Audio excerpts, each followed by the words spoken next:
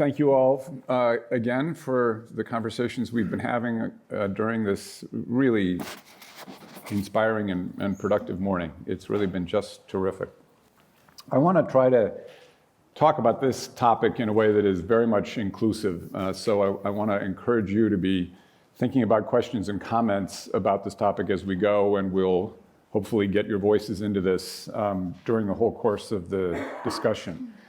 The theme we're going to analyze this afternoon in this first panel is the theme about dramatically expanding civic bridging opportunity.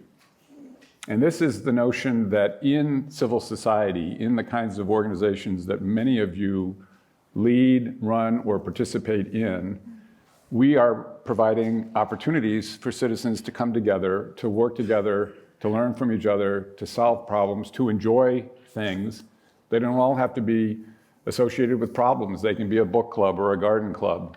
But in those places, people learn the habits of citizenship. They learn the habits of working together. They learn the habits of listening and knowing their neighbors and others in their community.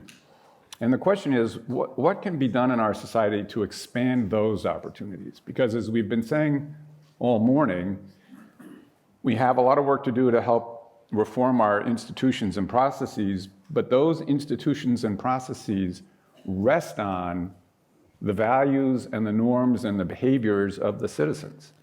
And if we can't bridge the differences among each other in our communities, we are not going to be able to build the strong institutions we need at the national level. I just want to say, before I ask my panel here to introduce themselves, that I had a particularly interesting lesson about this. You know, I was born in 1952, so I'm an old guy. And I grew up in a suburban community, and I had a very good education, and then I got involved in politics at a very young age. And I didn't really understand the importance of civil society or places that build civic bridging capacity until in 1990, when I moved to Eastern Europe right after the fall of the Berlin Wall. And what I saw in the revolutions of Central and Eastern Europe against the 40 plus years of communist totalitarian rule was that, in fact, it was the heroes of civic bridging that built those revolutions. They were from the bottom up.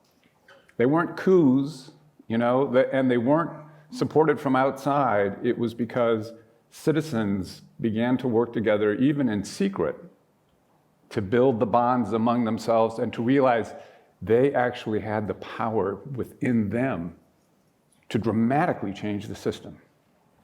So when people tell me that it's hopeless in our country, I remember those stories of, if you think it's hard to live in a democracy that's flawed, think what it's like not to live in a democracy. So what we want to talk about this afternoon is examples of people who are creating the spaces for civic bridging. And how can we as a country honor them, respect them, and build their capacity and give more people the opportunity to participate. And I think because the voices of the panel are the most important, I'm going to let them introduce themselves, and then we're going to show a few quotes from the conversations they hosted, participated in, contributed to, and then we're going to get some dialogue going here. So Kim, could we just start with you? Tell everybody a little bit about yourself. Well, I'm Kim Covington. I'm with the Arizona Community Foundation, which is the state's largest grant maker, largest private provider of scholarships. We're, again, a statewide community foundation, and I'm new to philanthropy. This is my second career. I spent 30 years in television news. So I am still learning, and what the photos that you're seeing now is a series that I produced called The Courage to Listen, Learn, and Act to address mass incarceration in Arizona. And Arizona has the fourth highest mass incarceration rate, and it's the highest among Western states. So if we are to serve our community and to solve this problem, we have to get to know our community. So we had to bring in some unlikely partners. And do you want me to explain more about that? We'll get into that. Okay. We're going to start just with quick self-introductions, and then we'll go on. But thank you, Okay. Kim. Vanessa, tell us about you. Thank you. Well, I'm a community member from Lexington, Kentucky, and I started out as a rural Kentuckian. I said to someone last night, I made it from the holler to Harvard. So I feel pretty cool right now being up here. But no, I mean, in reality, I feel like when I see a lot of people in here who probably often have to code switch.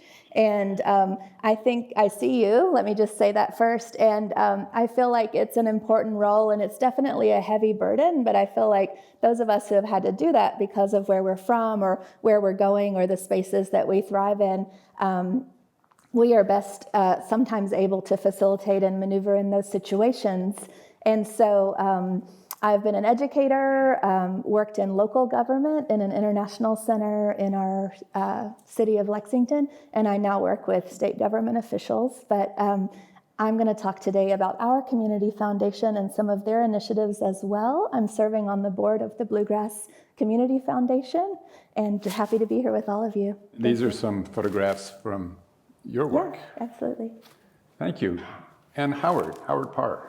Hi, I'm Howard Parr. I'm with the Akron Civic Theater in Akron, Ohio. It's a restored 1929 vaudeville and movie house.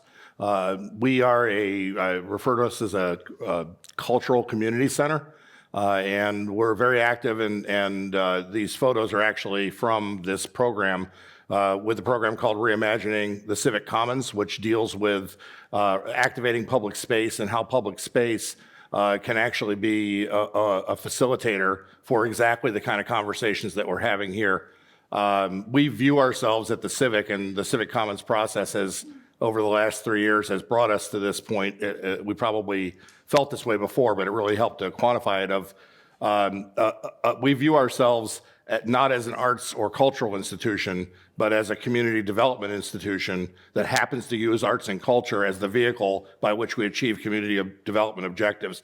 Just like an academic institution, say Harvard, is actually a community development institution that uses academics and research to achieve community development goals. And I'm sure there are some academic folks at Harvard that would not like that characterization, but it is useful to us in terms of the way we view ourselves and what it is that we're doing and how we relate. And I find it very interesting that the conversations we're having here are very consistent with what we're seeing on the ground.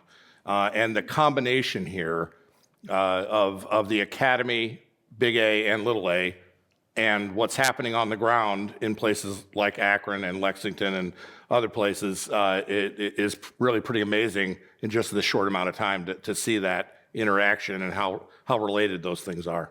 Wonderful. So as you can see, we have a terrific panel for this topic. We unfortunately, one of our panelists was unable to get here due to the weather, and that is John Pritchett, who runs the Mississippi Policy Center in Jackson, Mississippi. And John is a conservative thought leader who participated in the conversations we had. And we asked him to send us some comments by email, and I'm going to try to weave those into the conversation too, because his voice is also very important to this conversation. So Kim, I'm going to show this quote that came from one of the listening sessions in Phoenix. What works and has always worked is if you really allow the community to drive whatever initiative they're working on, and really having trust and faith in that community that they know what's best for them. What usually never works, and it's always a battle, is working with the nonprofits or the foundations that have said they want to support these communities, but end up really being the problem, And of course, I run a foundation, so guilty as charged, I guess. They tend to come into the community and push their own agenda. I will just say, by way of self-defense, that at the Rockefeller Brothers Fund, we try very hard not to do that, but I'm sure we slip into being guilty as well. But Kim, in the work that you've done with the Community Foundation, what are the kinds of community-led, community-driven bridge-building activities that you've seen that are really successful in overcoming the really hard challenges? I would say that we're still practicing that. and I don't think we've overcome just yet. We're new to this type of collaboration with the community and really centering these subject matter experts and not pushing our agenda. And we learned that, and I learned that the hard way when I first started producing The Courage to Listen, Learn, and Act. I'm guilty of bringing the community in and then saying that we were going to listen to them and center them. But then, I'm a former news reporter. We got to get this done. We got a deadline. And I began to push my own agenda, thinking that's what the institution wanted me to do. And then I brought them to the table, extracted their information, and then went and did my own research. And the first session, The Courage to Listen, I brought in the Supreme Court Chief Justice, who provided information on how he reformed, or is working to reform the criminal justice system. And I brought in a formerly incarcerated individual who shared his history. I left out the community partners. I told them this is what the first session is going to be, and they boycotted their first session. Really? They did not show up. I tore down all of everything that we built up. They started to trust me, and then I ruined it. I ruined that trust. I broke. That wall was built back up because I was in such a hurry to produce what I thought they wanted. And so what I did was we got back to the table with a very skilled facilitator, and then I understood the difference between participation and partnership. I began to understand that I was treating these skilled community organizers who were disruptive and in a good way and impactful in the community that trusted them. I began to give them the space. I began to treat them like a real partner. I pushed back, I shut up, and then I gave them the power that they deserved, and I made sure that they were paid, because oftentimes we extract information from these people who are the experts. We take that information, and then we take the credit for it. And they give their time. And they give their time, and they have very little capacity. Yep. We're asking them to come to our institution and meet with us and share the information with us. We remove them from the work that they're doing, and then we have the nerve not to pay them, oftentimes. And so we changed our whole system around collaboration. We then went to them, and we were involved in their space. And I sat back and I gave them the time. We took the time to form that bond. And it didn't happen overnight. We talked, and I added up the hours. There were 45 hours of conversation before we produced the part 2, the courage to learn, and then the courage to act. And those became more authentic conversations. And when we conducted a survey at the end of it, the philanthropist said those were the most impactful.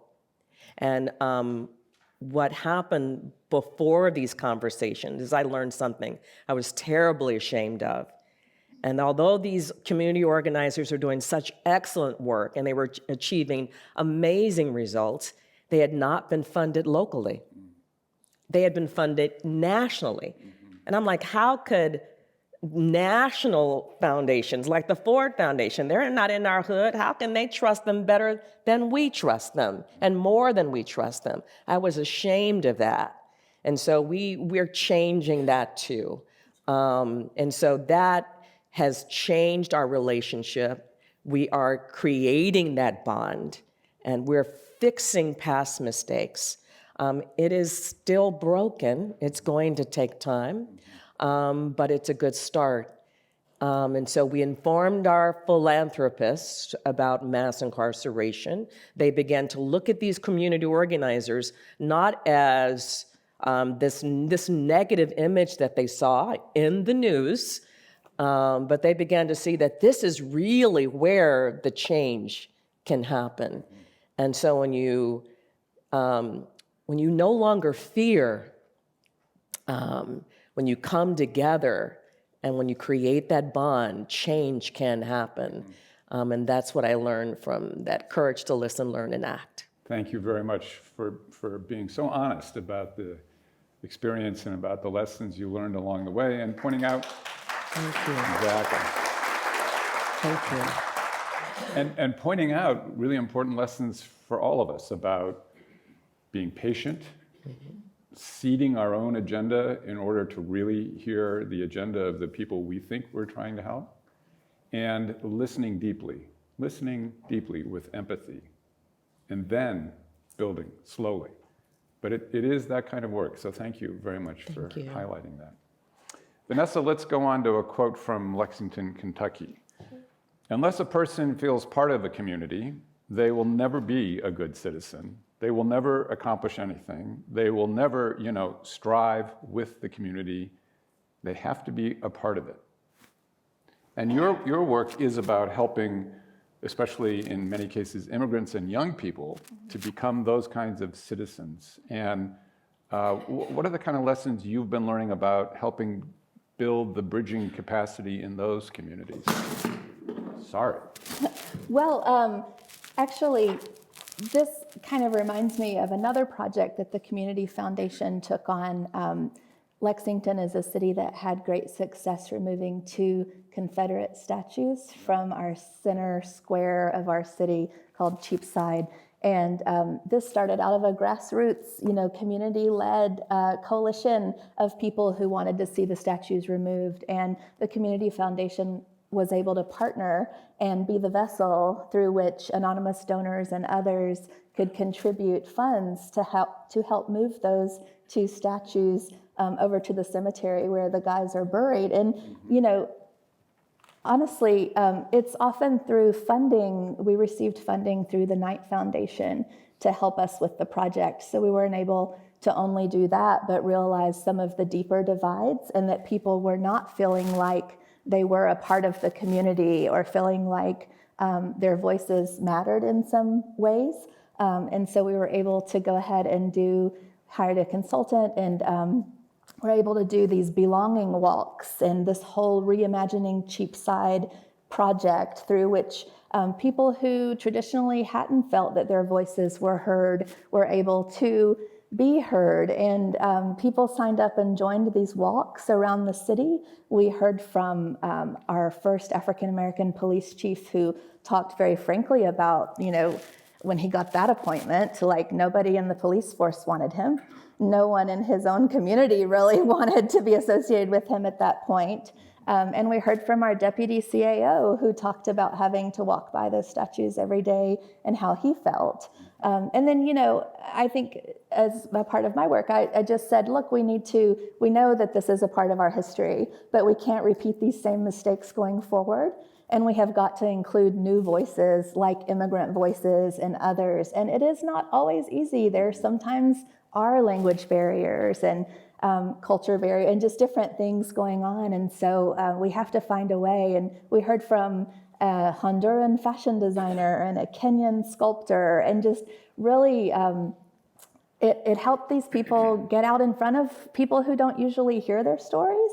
And I think it felt meaningful to them to be heard. And then sometimes we often think like, oh, I know I'm connected in and I value the immigrants in my community. But when you yourself hear those stories and are able to then repeat and kind of tell that in your own circles, you become a bigger part of the bridge building overall, and being able to kind of be the bridge and reach out and connect in that way too. And so that project was very largely successful, and storytelling and just having cultural humility is just something that I think I say over and over. We have to always be thinking about how we perceive others, wanting to learn and grow ourselves, figuring out what's going on in our institutions and how we can chip away at it, even in the smallest of ways. I feel like we are a little bit impatient, and we want this instant gratification and so on. And to some, our world has so fastly become digitized that it's scary to think about including everyone. And so, but no matter what, there is always room, and there's something that we can all do in order to further that conversation and be the bridge. Thank you, Vanessa. And you were, especially in the case of those two statues, you were dealing with a deeply emotional issue for people on both sides of keeping the statues or removing the statues. And you were able to give people space to work on that together and to come to a reasonable conclusion. But did it leave lingering divisions in the society that you're still working on, or did people really take a deep breath and say, okay, we can move on and talk about other things? Well, quite frankly, that square, Cheapside, was actually a slave block where, people were selling slaves at auction there. And so it's very deeply rooted, and I don't think it's something that we can get past. But there have been a number of other initiatives, such as, we've been doing deep dives into the city's archives and actually finding the names of these individuals. And we've been doing public readings and encouraging different community members, anyone who wants to be a part of it, to come up on stage and, read and tell about someone and kind of how they were sold alongside furniture and glass jugs and all kinds of other assorted commodities. And so through that work and through, different kinds of, there's a mural now inside our visitor center, which is now located in that square. And they're just different phases. We're still working on it for sure, and I don't think we will get over it, but I do think that it's something that allows us to tell people's stories in a meaningful way and just lessen the divide. And sticking with it, putting in the time, this is a theme that Kim also stressed, that this is not something that happens quickly in a society that now does want quick results, right? We want to get from Amazon today what we just ordered 10 minutes ago. And there's an asynchronicity there that is, I think, an important part of the culture we need to grapple with. And honestly, I'm impressed with you and this whole commission for really sticking with this project. I mean, I heard that, it's continuing on, and so often we just release a report and we're done and move on to the next shiny thing. So kudos to you and the entire group. Thank you. Howard, let's get to Akron. You already in your introduction spoken about two things that you emphasize in the work that you do in your community. One is culture and the other is place, physical place and space, and the intersection of those two things. And let's look at this quote that came from the conversation in Akron.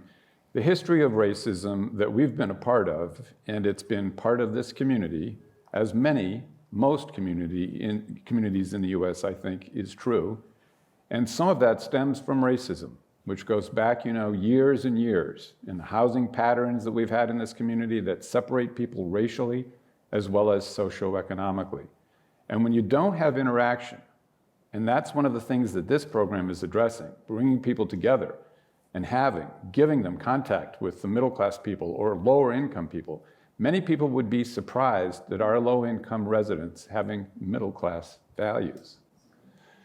So Howard, one of the great projects I know that you've worked on is the Summit Lake Trail. And maybe you could tell that story, because I think it gets right to the heart of this. Yeah, so the Summit Lake that was in those photos, is this absolutely beautiful lake that's situated in downtown, just outside of downtown Akron. But in the 20s and early 1900s, it was a place where people flocked had vacation homes.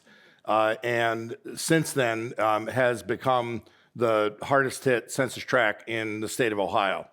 And so our project, Reimagining Civic Commons, was actually to connect through use of public space the Summit Lake area with downtown Akron, which is the highest economic value area in Summit County. So the idea was to connect the hardest hit census tract with the highest economic value by use of the Ohio and Erie Canal Towpath Trail, which is a trail that runs along the Ohio and Erie Canal. It's about a mile between the two. And one of the things that is so significant about this process and what by being involved in Reimagining Civic Commons it provided was you need two things. You need time and you need resources. And the resources aren't necessarily the way you think of it. We need a bunch of money to do something. But it's the resources are to provide the infrastructure that allows for the time that allows the process to play out. And so in the case of Summit Lake, the residents there had been told every 4 or 5 years, somebody would come in from the city and say, here's what we're going to do, and there'd be a big study, and we're going to redevelop, and we're going to do this and this and this. And those things never happened, and that happened repeatedly. So there was a tremendous amount of distrust.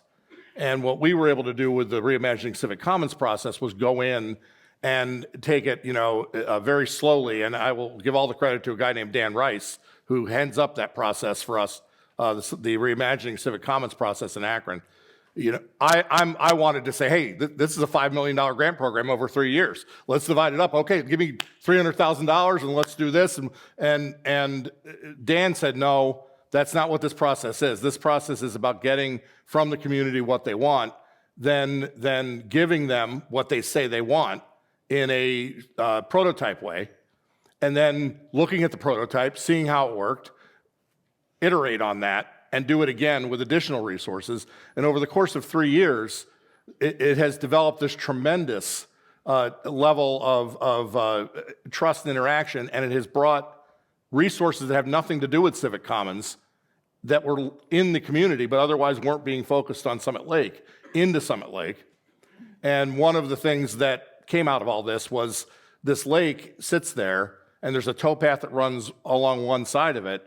And on the other side of the lake is this other community, another neighborhood in Akron called Kenmore, that wanted absolutely nothing to do with their neighbors on the other side of the lake. And some conversation came up from the Summit Lake side. Why don't we have a trail that goes all the way around the lake so that we can go all the way around the lake?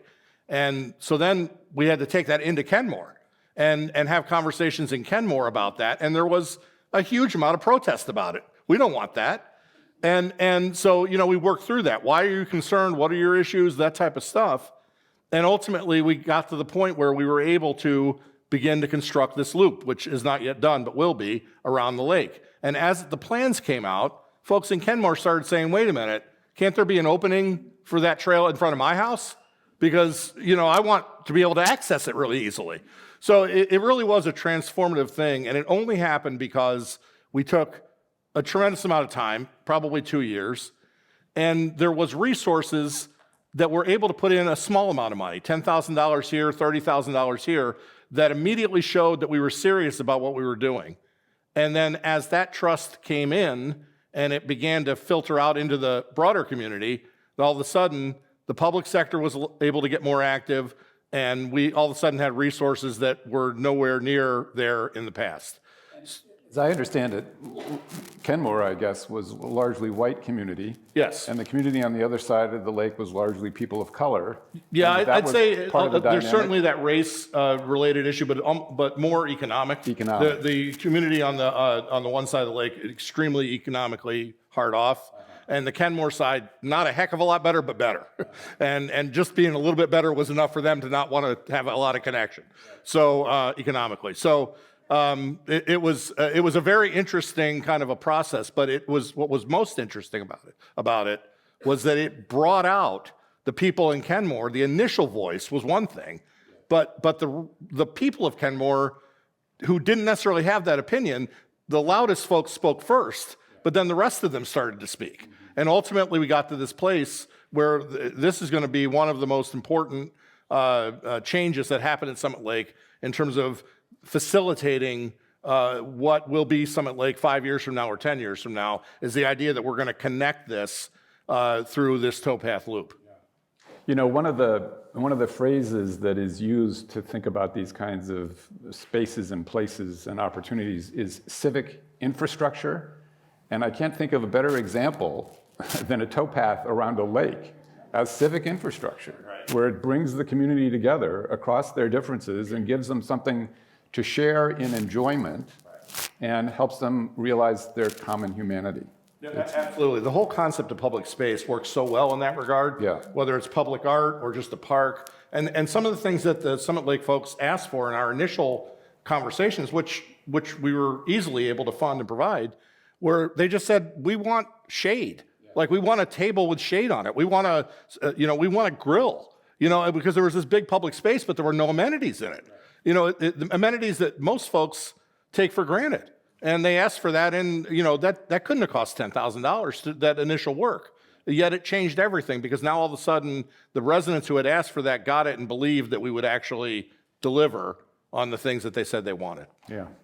So I'm going to turn to all of you, and I want to invite questions for the panel, but also comments of your own about the experiences you've had helping to expand civic bridging opportunity. But before, while you're thinking, I want to bring in the voice of John Pritchett, who couldn't be with us.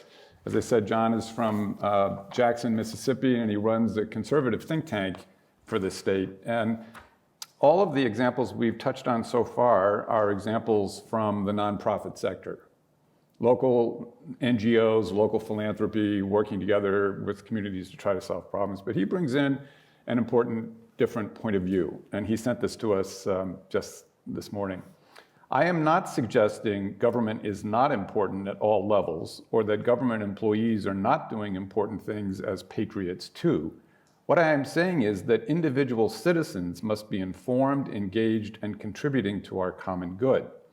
Without such a check on government from individuals, the state will become more powerful at all levels, and we, the people, will become less powerful. The world history of the 20th century tells us all we need to know about what an unchecked state is capable of becoming.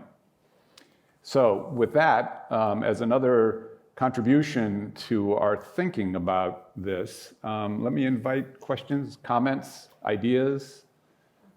Yes, please. I see one here and one a little further back. We'll get to both of you. Thank you.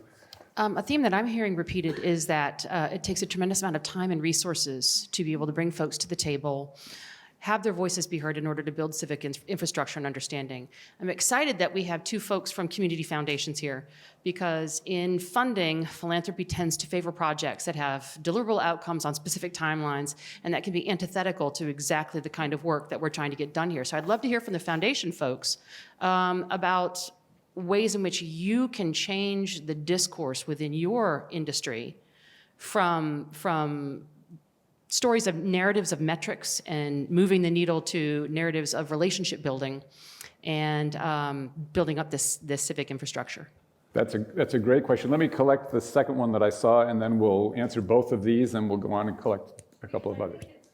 My name's Rowena Malik, and I'm from Lexington, Kentucky, and I just wanted to thank Vanessa for her account of what happened in our community regarding the Confederate statues. But I also wanted to add to that, because this is a very important component for everyone here to understand, particularly when we're talking about racial tensions. This whole movement was started and initiated by the African American community in our culture, or in our community. Particularly, I believe Bianca Spriggs, who is a poet and artist from Lexington, Kentucky, started the real initial discussions about that. She's an African-American woman. And then Russell Allen and DeBron Thomas, two African-American men in our community, really took that initial work that Bianca did and built upon it and built the momentum and built, in addition, made some connections with the white community as well to try to really motivate the discussion and keep that discussion in the forefront. It was years of work that they did. It wasn't something that all of a sudden our community decided, hey, this is what's happening in other communities, why don't we do it? There was a lot of groundwork laid, and it was a person of color movement to begin with. And then also, I think the other reason why it's important to highlight their work is because with the city council votes leading up to the final decision to remove the statues, Russell and DeBron's lives were under constant threat. They were receiving death threats, and I think receiving protection from our local police, as well as moving to safe houses, if you will, in order to avoid it. So they really put their lives on the line. And the Bluegrass Community Foundation has picked up on that and continued their efforts in terms of helping with the funding. But all of that initial groundwork would not be possible. Where we are today would not be possible if we don't give recognition to the work that they did. Wonderful. Thank you for adding that important dimension. So let me ask my two Community Foundation colleagues how you respond to this challenge of convincing your donors and your boards to have the patience, to not be obsessed with metrics, to not try to force things on a schedule where they won't fit, and to stick with a project long enough to get the results you're trying to achieve. Vanessa? I want to talk, it also speaks to our colleague from Mississippi who couldn't be with us and his point about citizens getting involved in government. I don't really feel like citizens are always given that opportunity. And I know that in Lexington, our boards and commissions are, the city's doing a purposeful attempt to diversify because, we get the same sorts of people around those boards and commissions. And so in order to get new voices in, you have to really open up and let people know more about the process and how they can participate. Right. And one initiative that our Community Foundation spearheaded alongside other Knight cities through funding from the Knight Foundation was this thing called On the Table. And we've done it for a number of years, getting ready to come up on our 4th year. This year, it's no longer being ran by the Community Foundation, but by a nonprofit called Civic Lex. And what happened the very first year is that the Community Foundation partnered with the city. And so this whole initiative and the surveys that came out of it influenced our city's comprehensive plan going forward. And so, I feel like we kind of had, tens of thousands of people from around the city, all walks of life, participating in different languages, coming together over a meal, over a coffee, whatever time you have from morning to midnight, whenever, having conversations in their homes. I hosted in my home the very first year before I joined the engagement committee. The engagement committee continues to diversify and expand throughout the years, but just the sheer numbers of people who contribute their voice, let people know what's important to them, and then just knowing that that all goes back into the city's plan and that the city is listening. And that all happened before our city decided to start diversifying its boards and commissions and being intentional about that and everything. And so just those kind of processes are very important.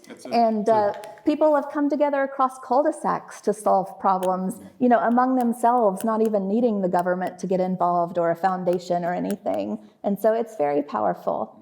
I think one of the things you're highlighting there, Vanessa, is that we need bridging capacity between citizens and government as well, because government is a force in our lives, and we need to create those capabilities. But Kim, say a little bit about, in the Arizona Community Foundation, how you think about metrics and results and those kinds of things, and how you get your donors to have the patience that is required. It's still a process that we haven't, it's not formalized. I mean, we've talked about it. We still, in our grant making, in our review process, that they have to show some results, some kind of results. But we look at these community organizers, and a lot of them don't have the capacity to produce that kind of data, and the results that we see in their community may not be able to be measured. And so what we've done is we brought in larger community foundations to those conversations. We brought them to the table so that they can understand how complex this is. And we brought our members of our board, which is very diverse. It's increasingly more diverse. We brought them to some of the conversations so they can understand that this is much more complex. And so we're not there yet, but they're involved in the conversation. And a couple of our partners, some of the larger foundations are in the room and they here today, and they understand how difficult that is. And so we're still learning how to convince those holding the power and the purse strings to look at philanthropy and grant making differently. Great. So let me get, yeah, I'm not- quickly. I'm- Yep. I just want to just Go say, for it. not being with the foundation, being on the recipient side, the significance here is that in every community foundation, some foundations are more focused on the forest and some foundations are more focused on the tree and making sure the tree is healthy, right? And that certainly is the case in Akron. But what has happened because of the process, which this conversation we're having now speaks to, is that as we've gotten more focused on the forest, the foundations that have been focused on the trees are able to look at it and say, okay, now I get that better. And I'm able to invest some of our funds into the solutions there. But it was important that the forest got defined.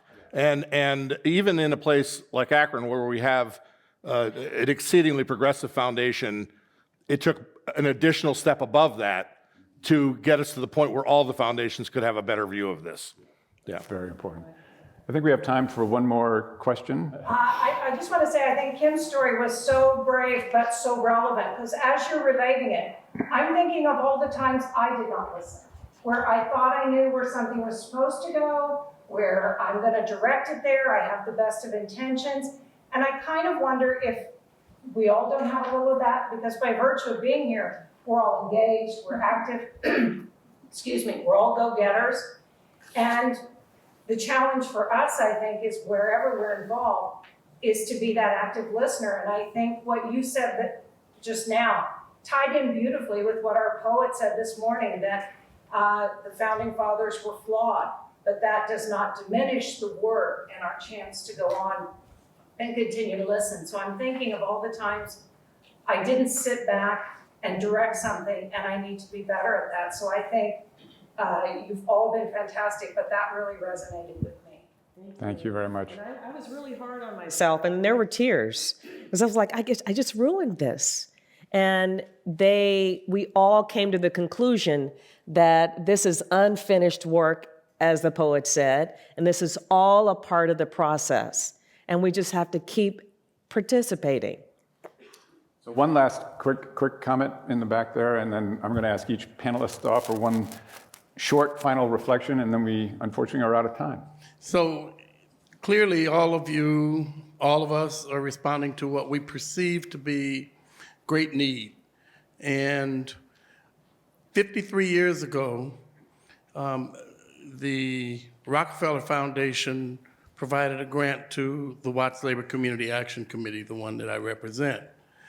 And we haven't received anything since, but what that seed produced was an organization that has become self-sufficient, self-determining, and it provides a self-help model. Never done a fundraiser in 54 years.